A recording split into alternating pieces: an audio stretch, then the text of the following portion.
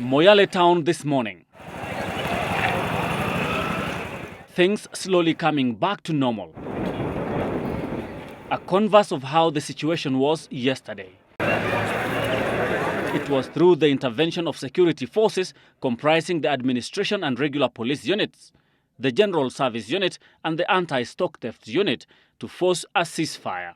It was a combat that had brought the town to a standstill, paralyzing any kind of activity or movement. But today, a reverse of that was evident. Passengers who had been stranded for a week finally breathed a sigh of relief. Leo watu wengine wanataka kusafiri, ndege yao itakuwa tarehe 3, tarehe 1. Waliamua kwenda. Na wengine ni watoto wa shule. So tunaomba Mwenyezi Mungu atusaidie kwa njiani, ndio tunataka kwenda. And as evident from our air surveillance, it appeared to be peaceful along the long, meandering, dusty roads. The challenge would now be how to sustain the peace, a task that will involve the political class who are being accused of being the masterminds of the skirmishes. If this problem is not ending, either the leaders are part of the problem or they are not in control of their people. Either of the two.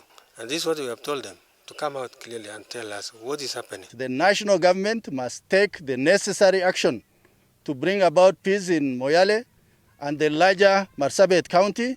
The situation is made worse by the proximity to the border, where it becomes very easy for people to just cross from Ethiopia and do a lot of havoc and go back. This is our county. We cannot afford to spoil this county. We need to build it. It belongs to all of us.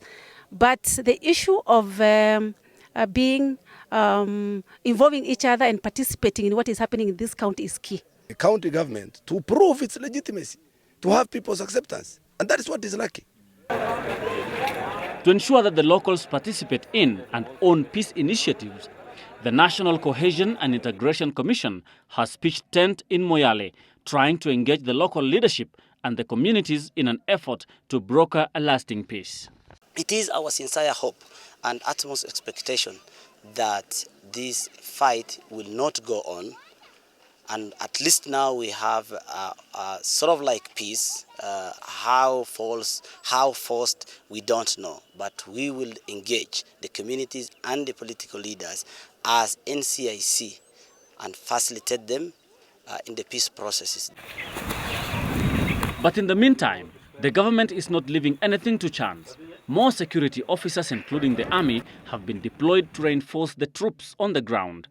But the damage had already been done, and as the residents counted their losses, the situation appeared delicate.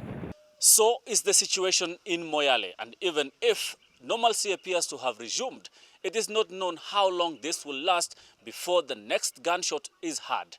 And that is the responsibility of the local leadership to ensure that there is a lasting ceasefire. Kendagor Obadiah, Citizen TV, Moyale in Marsabit County.